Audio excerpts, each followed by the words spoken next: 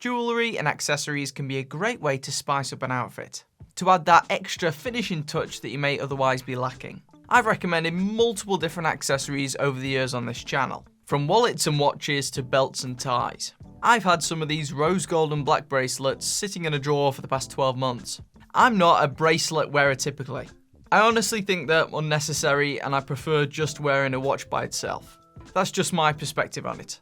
Nevertheless, possibly due to the heavy promotion of this brand online, I've had a fair amount of comments and messages asking me if I could take a look at them and review them. As I already had these lying around already, I thought, you know what, why not? I may as well meet those requests and give my honest review on them. So, it's time to play a game. Are these rose gold and black? Or rose gold and crap? For full transparency, the brand did send me these for free about a year ago. This was not in direct exchange for guaranteed coverage or a favourable review. I don't do that sort of thing. Basically, when a brand wants to work with me on sponsored content, I ask them if they can ship me some product so I can take a look at it to check if the quality is up to my standards before agreeing to anything. So that's why these have ended up in my possession. To be fair to them, they went along with this, no questions asked, which was great. Unfortunately, despite their generous offer, which I won't go into, that didn't go ahead as I didn't think the bracelets were up to snuff. One thing I will say up front is their communication and service was fantastic. Their products arrived super quickly and overall, I was quite impressed in that regard. And the outreach member of staff was kind and respectful. That bodes well on the customer service front. I doubt you'd have any problems there. The bracelets arrived in this simple black branded packaging. Inside the sleeve, you get a little bag that you can use for storage. Realistically, I doubt you'd ever end up actually using it. On a practical level, I think it just makes sense for most people to just store these straight in a drawer with other clothes or accessories. Overall, the packaging, nothing special, but it's certainly adequate. Maybe some of you would find use for the bag.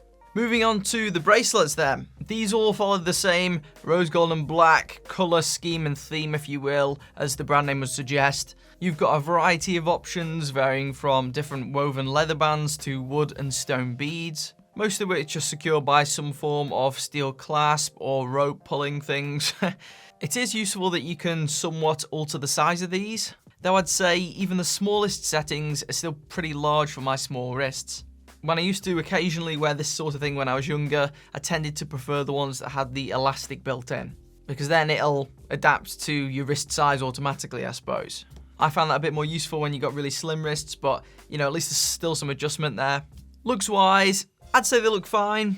The styles they've chosen are okay, they're relatively pleasing and are nothing too extreme or garish. Generally though, I think they look extremely similar to a ton of other bracelets that you can easily get hold of elsewhere. I've seen this sort of thing time and time again online in menswear stores. My girlfriend said that they look like something from a market stall and I can kind of see why.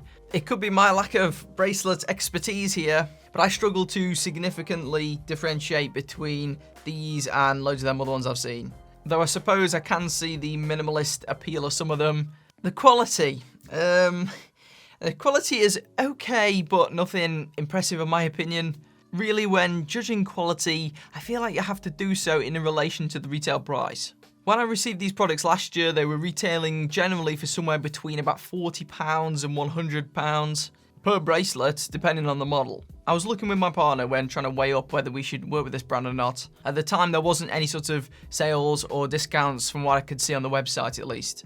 Currently though, their prices are quite a bit lower than that. They've got some sort of sale on and every single item they sell is on discount. I don't know if this will still be the case by the time this video goes up. Could be one of those flash sale things. The bracelets are averaging about £30 on sale and £40 to £50 regular price. And it's kind of similar, maybe a tad more for some of the necklaces.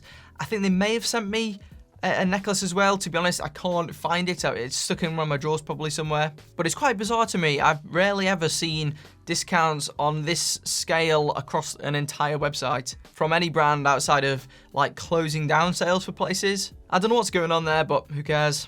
Overall, assuming the build quality has remained the same, I guess that makes it a better price for consumers. Onto the Judgement then. If you were to buy these for the original retail price that they were listed at when I received these products for like £75, I think you'd be getting shafted. Honestly, these are worth nowhere near that, even when new. You can buy a lot of stuff for £75, and unless I had loads of money to throw around, I could never justify spending that on one of these bracelets.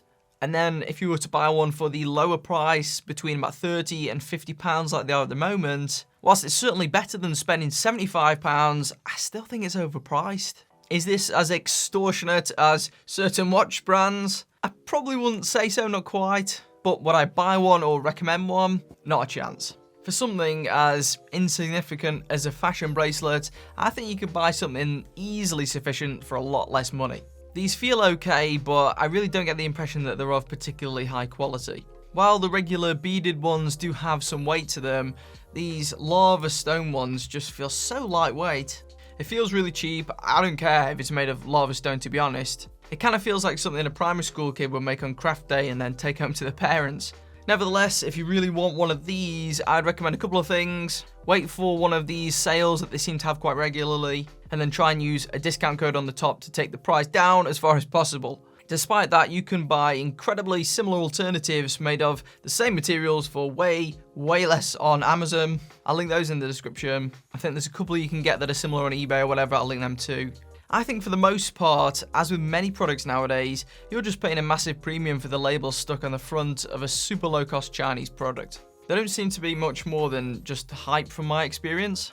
And I know those alternatives, they don't have the RGB logo on the front, but at least you don't have to pay the extra for that. And I think they still offer the same look basically. However, maybe you want to support this company for whatever reason. Really, it's up to you how you spend your money. You can do with it as you wish. I've seen they also make wristwatches. I think they only do one design. I haven't tried them, but from my experience with these, I can't actively recommend them. I've got some much better options that I've reviewed over on my watch channel. I'll leave a link to that in the video description. You can actually get a lot of watch for your money for £75 rather than just a static bracelet. That's where my preference lies anyway.